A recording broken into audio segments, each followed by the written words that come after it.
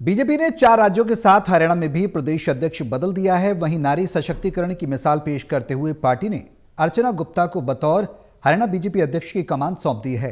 वहीं जातीय फैक्टर का भी ध्यान रखते हुए ब्राह्मण की जगह बनिया को संगठन की कमान दी गई है। ऐसे में क्या है हरियाणा को लेकर पार्टी की आगामी रणनीति और महिला प्रदेश अध्यक्ष होने से कितना बदलेगा संगठन का चेहरा और पार्टी को कितनी मिलेगी मजबूती, ये सवाल है।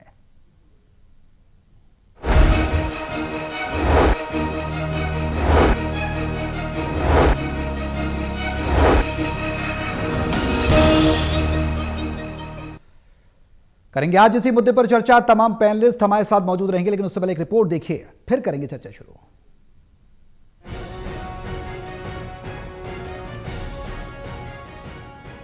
बीजेपी चौंकाने वाले फैसलों के लिए जानी जाती है। अब जहां जहां बीजेपी के प्रदेश अध्यक्ष बदले हैं, उनमें हरियाणा भी शामिल है। करीब 43 साल बाद पार्टी ने हरियाणा में दूसरी बार किसी महिला को प्रदेश अध्यक्ष की जिम्मेदारी दी है।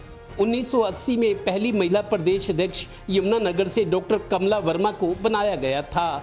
तब बीजेपी की इसी साल सियासी दल के रूप में स्थापना हुई थी। बृहस्पतिवार दोपहर को जब पानीपत निवासी डॉक्टर अर्चना गुप्ता की प्रदेश अध्यक्ष के पद पर ताजपोशी हुई तो कई को खुशी भी हुई, कई मायूस भी हुए, क्योंकि अब वो उनकी बॉस बन गई हैं। भारतीय जनता पार्टी देश की महिलाओं के साथ खड़ी है, देश की महिलाओं को आगे लेकर आ रही है। मेरे जैसे एक साधारण कार्यकर्ता जिसकी कोई राजनीतिक पृष्ठभूमि नहीं है, उसको एक कार्यकर्ता को इतनी महत्वपूर्ण जिम्मेवारी दी। आप सबके चैनल के माध्यम से मैं शीर्ष नेतृत्व का फिर से धन्यवाद करती हूँ। गौरतलब है कि इस नियुक्ति में पार्टी ने ब्राह्मण चेहरे की जगह बनिया चेहरे को मौका दिया है। वो भी महिला और पेशे से डॉक्टर हैं। करीब 10 साल पहले महिला मोर्चा की जिला अध्यक्ष बनी, फिर जिला अध्यक्ष, इसके बाद प्रदेश महासचिव और अब प्रदेश अध्यक्ष। जब डॉक्टर अर्चना गुप्ता को ये जिम्मेदारी मिली तब सीएम पानीपत में ही मौजूद थे। नायब सैनी सरकार के मुखिया हैं और अब डॉक्टर अर्चना गुप्ता संगठन की मुखिया। मैं अर्चना गुप्ता जी को बहुत बहुत बधाई और शुभकामनाएं देता हूं। विशेष तौर से मैं धन्यवाद करूंगा भारतीय जनता पार्टी के हमारे राष्ट्रीय अध्यक्ष नितिन नवीन जी का, आदरणीय देश के यशस्वी प्रधानमंत्री नरेंद्र मोदी जी का, आदरणीय मनोहर लाल जी का, जिनकी एक सोच है कि महिलाओं को सशक्त करना, मजबूत करना। उस कड़ी में जो बड़ी जिम्मेवारी आज डॉक्टर अर्चना गुप्ता जी को सौंपी है, मुझे पूरा विश्वास है और हम सब मिलकर के जो केंद्रीय नेतृत्व ने ये विश्वास व्यक्त किया है। गौरतलब है कि डॉक्टर अर्चना गुप्ता शीर्ष नेतृत्व की सलाह से अब अपनी प्रदेश कार्यकारिणी और जिलों में नियुक्तियां करेंगी। महिला सशक्तिकरण का ये जीता जागता उदाहरण है और पात्र को सम्मान का भी। ट्रिपल इंजन की सरकार में प्रदेश की जीटी रोड बेल्ट की बल्ले बल्ले हो गई है।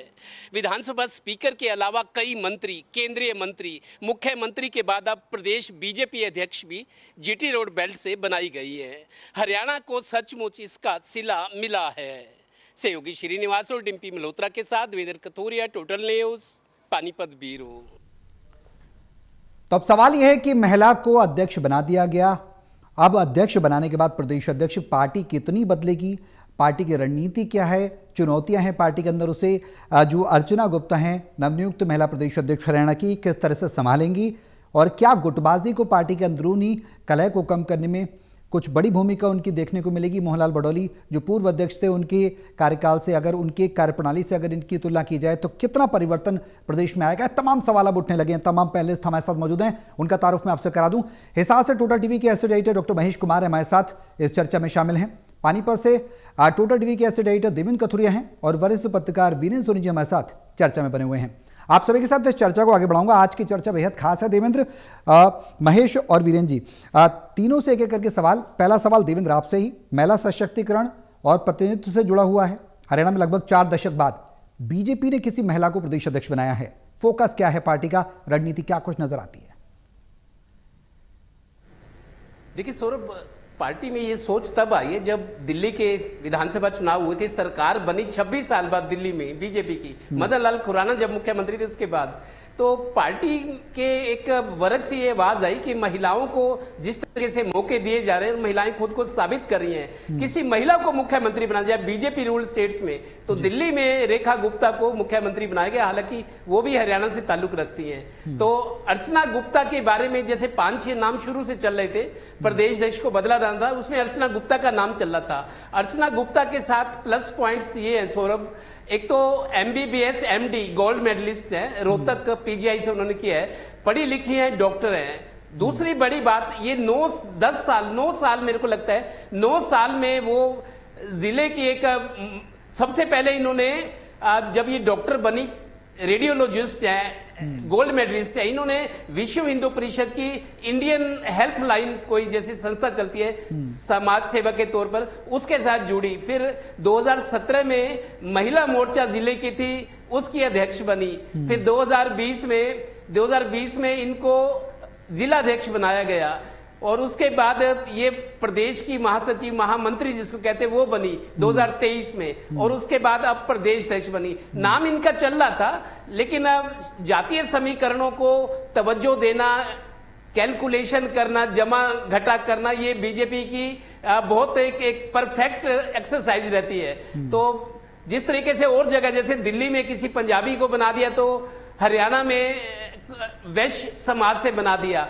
6 स्टेट पंजाब है तो वहां से केवल सिंह ढिल्लो जो कैप्टन अमरिंदर सिंह के नजदीकी है, 4 साल पहले कांग्रेस से छोड़ के बीजेपी में आए थे, उनको बना दिया। तो जो जातीय समीकरण है, स्थानीय समीकरण है, सियासी समीकरण है, उसको ध्यान में रखकर बीजेपी फैसले करती है। लेकिन ये बात बिल्कुल सच है सौरभ, डॉक्टर अर्चना गुप्ता ने मेहनत बहुत की है। अभी जो नारी वंदन अधिनियम को लेके विरोध हो रहा था, बीजेपी ने इनकी ड्यूटियां लगाई थी, ये जगह जगह घूमी कि बीजेपी और नरेंद्र मोदी तो महिलाओं को आरक्षण देना चाहते हैं, लेकिन विपक्ष नहीं चाहता, तो इनकी ड्यूटी लगी थी। मेहनत बहुत ज्यादा की अर्चना गुप्ता ने, पढ़ी लिखी है और खुद को साबित किया है, और फिर रेस में इनका नाम भी था। आखिरकार इनके नाम पर मोहर लगी है। और आखिरी बात ये कहूंगा सौरभ, मोहनलाल बड़ोली जो अब निवर्तमान अध्यक्ष है, जैसे ये खबर इनको मिली अर्चना गुप्ता को, कुदरती आज पानीपत में मुख्यमंत्री भी आए हुए थे, उन्होंने बधाई दी उसी टाइम जब मुख्यमंत्री पानीपत में आए थे। और इन्होंने मोहनलाल बड़ोली को अर्चना गुप्ता ने फोन किया कि प्रधान जी नमस्कार, आपका धन्यवाद, आपका लगाया हुआ मैं पौधा हूं जो आपकी जगह ले रहा हूं। आप देखिए इमोशंस देखिए। और दूसरी बात ये सौरभ, ये बात बताना जरूरी है, अभी जो रक्षाबंधन गया पिछला, अभी अगला रक्षाबंधन तो अभी आएगा, पिछले रक्षाबंधन पे अर्चना गुप्ता ने मुख्यमंत्री को राखी बांधी थी, मीडिया में ये सुर्खियां बनी थी। उन्होंने भाई समझकर इनको बहन माना, इनको सवाल भी उन्होंने राखी बनाई। आज देखिए राजनीति किस मोड़ पर आई है। भाई मुख्यमंत्री है जो सरकार चला रहा है, और बहन जो मुंह बोली बहन, मतलब जिसको बहन माना, बहन संगठन की मुखिया और भाई सरकार का मुखिया, ये भी क्या जोड़ ही बनी है। और दूसरा महिला और पुरुष का कॉम्बिनेशन भी बना है। तो बहुत बड़ी, मतलब मैं इसीलिए कहता हूं बीजेपी हैरान कर देने वाले फैसले लेती है, और ये भी एक ऐसा ही फैसला है। महेश, लॉ एंड ऑर्डर एक बड़ी समस्या है, अब बात करना भी लाजमी है। चुनावी समीकरणों की बात करें हम, पार्टी के वोट बैंक को साधने की बात करें, वो तो एक तरफ है, तो दीगर बात है। लेकिन अगर महिलाओं के प्रति अपराधों की बात करें, हरियाणा में लॉ एंड ऑर्डर एक बड़ा मुद्दा रहा है। पार्टी अक्सर बेटी बचाओ बेटी पढ़ाओ का नारा देती है, धरातल पर तस्वीर कुछ और निकल कर आती है। जो प्रदेश में भी जो कानून का विभाग है, उसको लेकर मुख्यमंत्री पर भी कई सवाल खड़े कर देती है। महिला प्रदेश अध्यक्ष बनने से अब सबसे बड़ा सवाल यही उठ रहा है, क्या धरातल पर महिलाओं को सुरक्षा मिल पाएगी? महिलाओं के जो अपराध हो रहे हैं महिलाओं के प्रति, उनमें रोकथाम आ पाएगी? पार्टी की रणनीति क्या कुछ कहती है? कितना संगठन का चेहरा बदलेगा? ये तमाम सवाल बेहद अहम हैं महेश।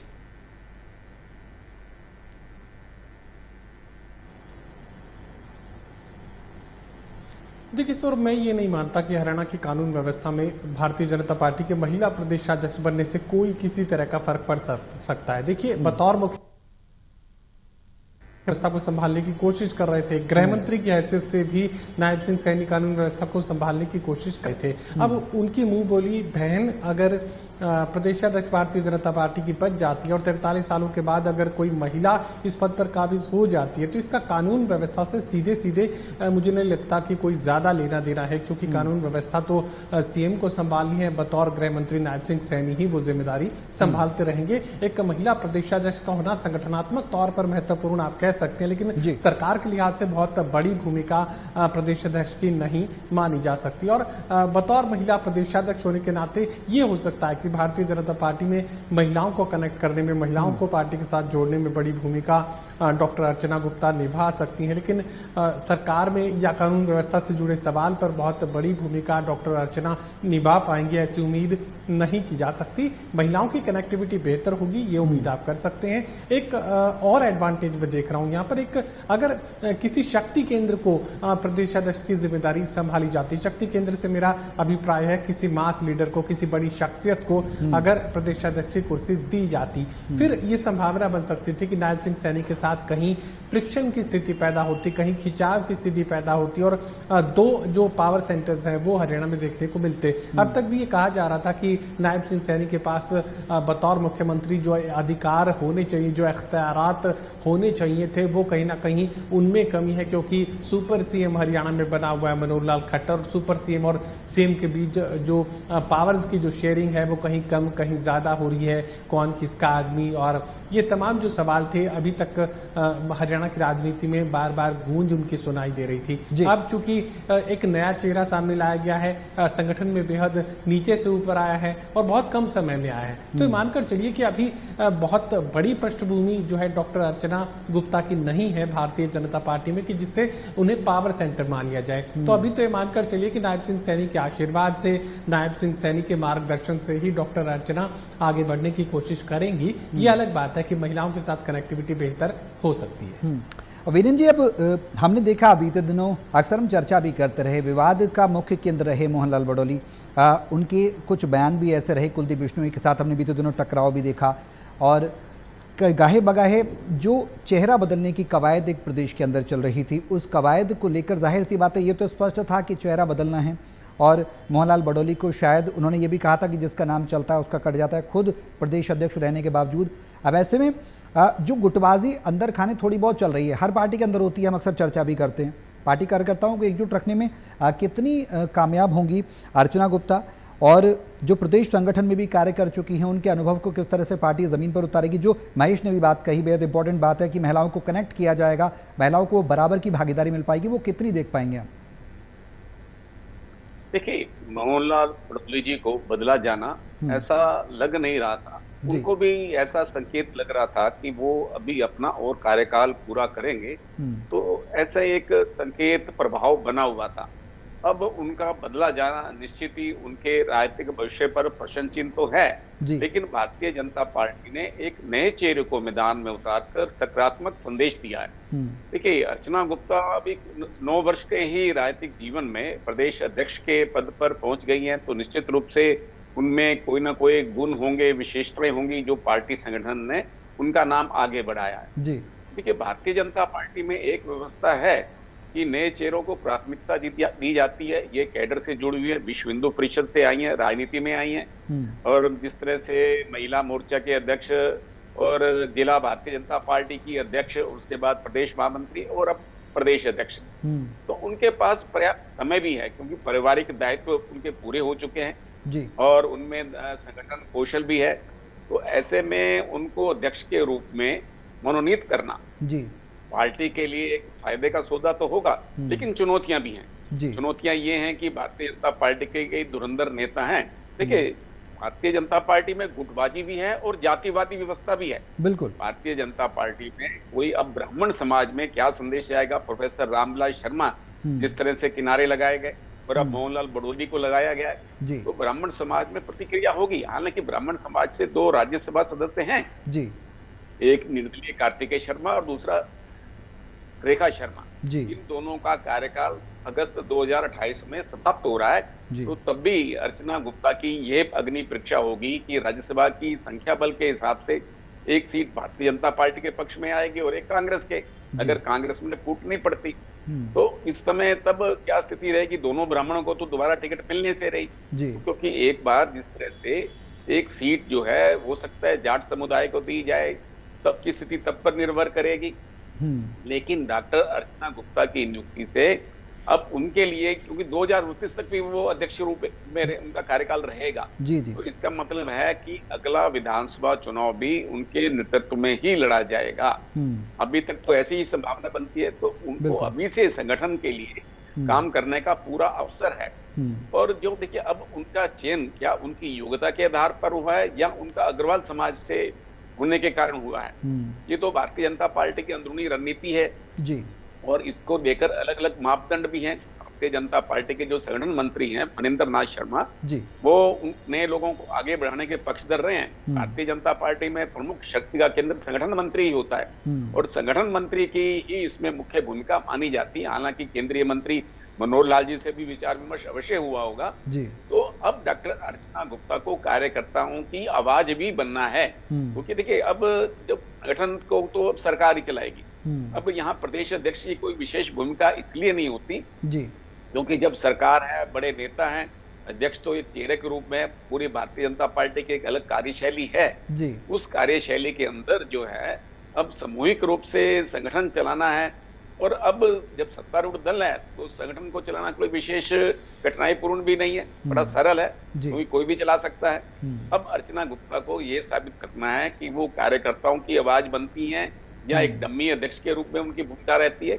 लेकिन उनके आचार विचार और स्वभाव से ऐसा लगता नहीं कि वो डम्मी अध्यक्ष रहेंगी, लेकिन चुनौतियां तो रहेंगी, क्योंकि बड़े बड़े नेताओं के साथ तालमेल बिठाना हो सकता है। कुछ नेताओं को अंदर ही अंदर उनकी ये नियुक्ति रास ना आए और उसका देखिए सार्वजनिक रूप से तो वो प्रकट करेंगे नहीं, लेकिन वो उनका प्रयास ये रहेगा कि डॉक्टर अर्चना गुप्ता कामयाब ना हो।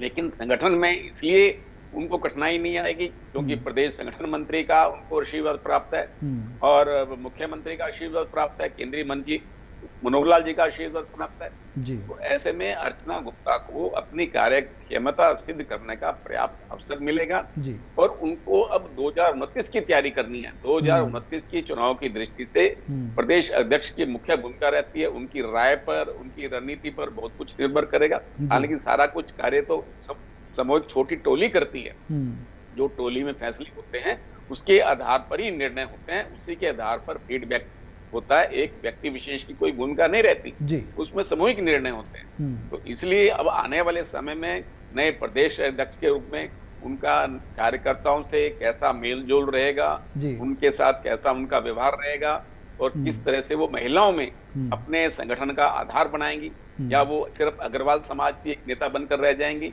या पूरे भारतीय जनता पार्टी में सर्वस्पर्शी छवि के साथ वो अपनी छवि बनाने में कामयाब होंगी। बिल्कुल बेहद अहम सवाल है जो आपने कोट किया लास्ट में। हरियाणा की राजनीति हमेशा हमने देखी है वीरेंद्र जी, जातिगत समीकरणों पर टिकी रही है। जाट बनाम गैर जाट का बड़ा प्रभाव रहा है, चाहे लोकसभा चुनाव की बात करें, विधानसभा चुनाव की बात करें। अब ऐसे में बतौर एक महिला नेता इन गहरी जातिगत दीवारों को क्या तोड़ने में वो एकजुट हो पाएंगी, इन सभी वर्गों को एकजुट कर पाएंगी, ये भी एक चुनौती उनके सामने होगी।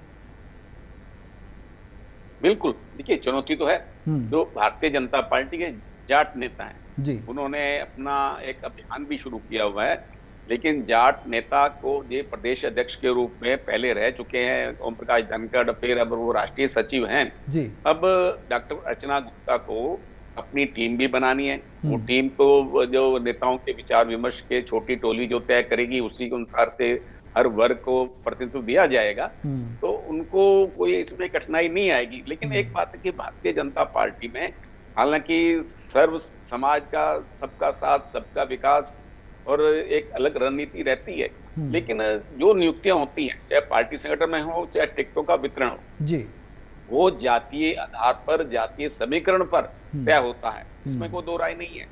अब उनके सामने चुनौती ये है कि वो सिर्फ अग्रवाल समाज तक ही सीमित ना रहें। अभी तक ये माना जाता है कि जो भी जिस वर्ग का नेता होता है वो उस अपने वर्ग में अपनापन से अपना विस्तार करता है।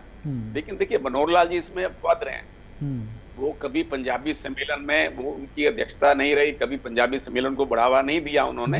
हालांकि उनसे पंजाबी समुदाय इस बात को लेकर नाराज भी रहा है, लेकिन उन्होंने सर्व समाज में अपनी छवि बनाई है तो इसलिए डॉक्टर अर्चना गुप्ता को अग्रवाल ठीक है। समाज से बाहर निकलकर जी। सभी वर्गों की नेता के रूप में अपनी कार्य क्षमता सिद्ध करनी पड़ेगी। बिल्कुल बिल्कुल सही बात है सर। देवेंद्र, अब पानीपत से मिला है हरियाणा बीजेपी का नया अध्यक्ष, प्रदेश अध्यक्ष। सवाल ये बेहद अहम हो जाता है कि क्या ये कदम सिर्फ चुनावी लाभ और आने वाले समय में चुनावी लाभ और महिला वोट बैंक को साधने के लिए उठाया गया, जैसा कि हम चर्चा भी कर रहे थे, महेश ने भी उसका जिक्र किया, या फिर वास्तव में पार्टी में महिलाओं को शीर्ष निर्णय में बराबर की भागीदारी दी जाएगी? क्या लगता है पार्टी की इस लाइन ऑफ एक्शन से? देखिए सौरभ, 2019 से 24 का जो चुनाव, लोकसभा और विधानसभा चुनाव जीता था, मेरे को याद है रामविलास शर्मा कदावर नेता थे, अब तो थोड़ा सा अज्ञातवास में चल रहे हैं वो। तो रामविलास शर्मा ने ये कहा था कि जीटी रोड बेल्ट ने बहुत साथ दिया बीजेपी का, हम जीटी रोड बेल्ट का एहसान उतारेंगे। 2019 से 24 का जो चुनाव जीता था, तो हर बार चाहे निकाय चुनाव है, चाहे लोकसभा, चाहे विधानसभा, जीटी रोड बेल्ट ने समर्थन, अपार समर्थन दिया है। तो शायद जैसा मैं रामविलास शर्मा के बयान को कोट कर रहा हूं, तो जीटी रोड बेल्ट पर मतलब जो एहसान था, जो उन्होंने समर्थन दिया, अब तक साथ दे रहे हैं। तो जीटी रोड बेल्ट से आप देखिए 2 मंत्री कैबिनेट पानीपत से हैं, महिपाल ढांडा, कृष्ण पवार। 10-15 किलोमीटर आगे घरोंडा है जो करनाल पानीपत के, वहां से स्पीकर है। मनोहर लाल केंद्र में मंत्री है, करनाल पानीपत के सांसद हैं, ठीक है। और मुख्यमंत्री भी अंबाला से ही है, कुरुक्षेत्र में अब उनका घर है, अंबाला से हैं। और आज प्रदेश अध्यक्ष भी पानीपत से बना दिए। तो पानीपत बेल्ट को बहुत पूरी तरह से मतलब पानीपत की जीटी रोड बेल्ट को पार्टी ने अपने साथ जोड़ा है, उनको भरोसा दिलाया है कि आपने साथ दिया तो हम भी आपका हाथ नहीं छोड़ेंगे। तो जैसे नेता बयान भी देते, तो कुल मिलाकर मेरे को लगता है जीटी रोड बेल्ट को मजबूत बनाए रखना चाहती है पार्टी, और उसी का ये सिला दिया है कि बड़े पद जो है, मंत्रियों के पद, स्पीकर का पद, केंद्र में मंत्री, ठीक है, और पानीपत के 4 विधायक भी पहली दफा बीजेपी के बने हैं। तो जीटी रोड बेल्ट को बीजेपी ने एक बड़ा तोहफा दिया है। और आज मुख्यमंत्री आए थे, 80 बसें एसी आज शुभारंभ किया और 40 बसें अकेले पानीपत को मिली है। बिल्कुल बेहद अहम बात आप कह रहे हैं, और जाहिर सी बात है रणनीति के तहत, पूरी फुल प्रूफ रणनीति के तहत पार्टी काम कर रही है प्रदेश के अंदर। महेश, जीटी रोड बेल्ट को साधा गया, जातिगत समीकरणों को साधा गया, हमने दिल्ली के अंदर भी देखा, महिला सशक्तिकरण का एक मिसाल, एक नारा पेश किया गया। हमने लोकसभा में देखा किस तरह से सदन के अंदर संग्राम रहा उस बिल को लेकर, महिला आरक्षण बिल को लेकर। एक नमूना पेश करने की भी कोशिश की है। ये कहना होगा कि बैलेंसिंग ऑफ पावर को पूरी तरह से बखूबी कहीं ना कहीं पार्टी यूटिलाइज करना जानती है। और इस बदलाव का अगर असल मकसद समझने की कोशिश करें तो क्या कुछ नजर आता है?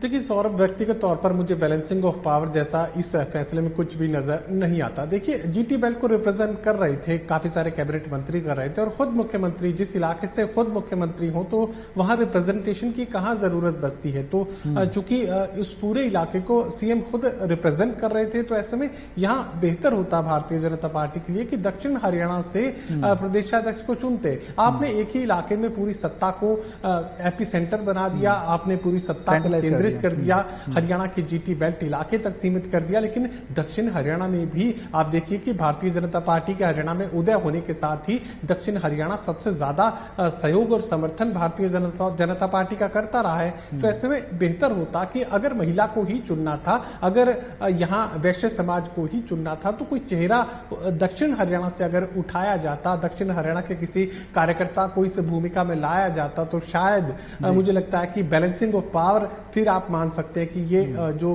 बैलेंसिंग ऑफ पावर है वो की गई है। फिलहाल चूंकि सिरसा का इलाका या फतेहाबाद कहें या हिसार कहें, इतना ज्यादा कंपेटेबल भारतीय जनता पार्टी के लिए कभी नहीं रहा है। यहाँ पर भारतीय जनता पार्टी के लिए हमेशा से चुनौतियां ज्यादा रही हैं। फिर चाहे आरक्षण के आंदोलन की शुरुआत इस इलाके से हुई, ये आप कह सकते हैं। इसके अलावा जब भी किसी बड़े आंदोलन की बात होती है, किसान आंदोलन की आप बात कर लीजिए, तो हिसार का इलाका एपी सेंटर था। तो ये इलाका जो है भारतीय जनता पार्टी के लिए बहुत ज्यादा अनुकूल सिरसा, फतेहाबाद, हिसार नहीं रहे हैं। तो ऐसे में बेहतर होता कि दक्षिण हरियाणा से किसी महिला चेहरे को आगे लाया जाता, तो बैलेंसिंग ऑफ पावर जो शब्द आप इस्तेमाल कर रहे हैं, फिर सही मायनों में वो लागू हो पाता। अभी तो आपने केंद्रित कर दिया है जीटी बेल्ट में पूरी सरकार को, पूरे जो पावर सिस्टम को एक जगह पर इकट्ठा कर लिया है। तो बाकी हरियाणा में मुझे लगता है कि थोड़ी चुनौतियां भारतीय जनता पार्टी के लिए बढ़ सकती है। वीरेंद्र जी, शॉर्ट में जवाब चाहूंगा। डॉक्टर कमला वर्मा 1980 से 83 के बीच में हरियाणा बीजेपी की प्रदेश अध्यक्ष रही थी, कार्यभार संभाला था, और अब 43 साल बाद 43 ईयर्स आफ्टर 43 ईयर्स एक बड़ा स्पैन होता है, कुछ खास मकसद नजर आता है पार्टी का? देखिए, जब डॉक्टर कमला वर्मा प्रदेश अध्यक्ष थी, उस समय महिलाएं राजनीति में इतनी अधिक सक्रिय नहीं होती थी। जी। अब सक्रियता बढ़ी है और महिलाओं में भी जागृति आई है। और मैं महेश जी की बात को थोड़ा सा आगे बढ़ाता हूँ कि डॉक्टर सुधा यादव जो दक्षिणी हरियाणा से हैं, वो भारतीय जनता पार्टी की संसदीय बोर्ड में है। तो ये बात ठीक है कि भारतीय जनता पार्टी में महिलाओं को प्रमुखता मिल रही है। हाँ, अगर दक्षिणी हरियाणा के समीकरण अलग हैं तो, और अब ये ठीक है कि सत्ता का केंद्रीकरण उत्तरी हरियाणा में ज्यादा हो गया है। जी। तो ये पार्टी की अलग रणनीति है। अब पार्टी किस पर विचार करती है। और देखिए, अर्चना गुप्ता ने अपने जीवन में कोई राजनीतिक चुनाव नहीं लड़ा है। जी। और वो अभी को मेयर के टिकट की भी पेशकश की गई थी पानीपत से, तब भी उन्होंने इनकार कर दिया था। वो महिला सशक्तिकरण के पक्ष में रही हैं। जो महिलाएं अपने नाम के साथ पति का नाम जोड़ती हैं, वो उससे प्रबल विरोधी रही हैं। वो महिलाओं को प्रेरित करती रही हैं कि वो अपनी नाम से, अपनी छवि से आगे बढ़ें। तो ऐसे में महिला सशक्तिकरण की दिशा में डॉक्टर अर्चना गुप्ता की नियुक्ति जो है पार्टी के लिए शुभ संकेत है। लेकिन अब उन्हें अपनी कार्य क्षमता और अपनी प्रतिभा को सिद्ध करना है। बिल्कुल, अब देखना होगा कि आने वाले समय में हरियाणा संगठन की, खासकर बीजेपी संगठन की कितनी दिशा और दशा बदलती है। और अर्चना जो हैं, जिनको एक बड़ी जिम्मेदारी पार्टी की तरफ से दी गई है, कमान सौंपी गई है, वो कितनी फलीभूत होती नजर आएगी पार्टी के पक्ष में। अर्चना गुप्ता क्या भूमिका निभा पाती। बहुत शुक्रिया आप सभी का हमारे साथ इस चर्चा में शामिल होने के लिए। और यहां पर रुक रहे हैं ब्रेक के लिए।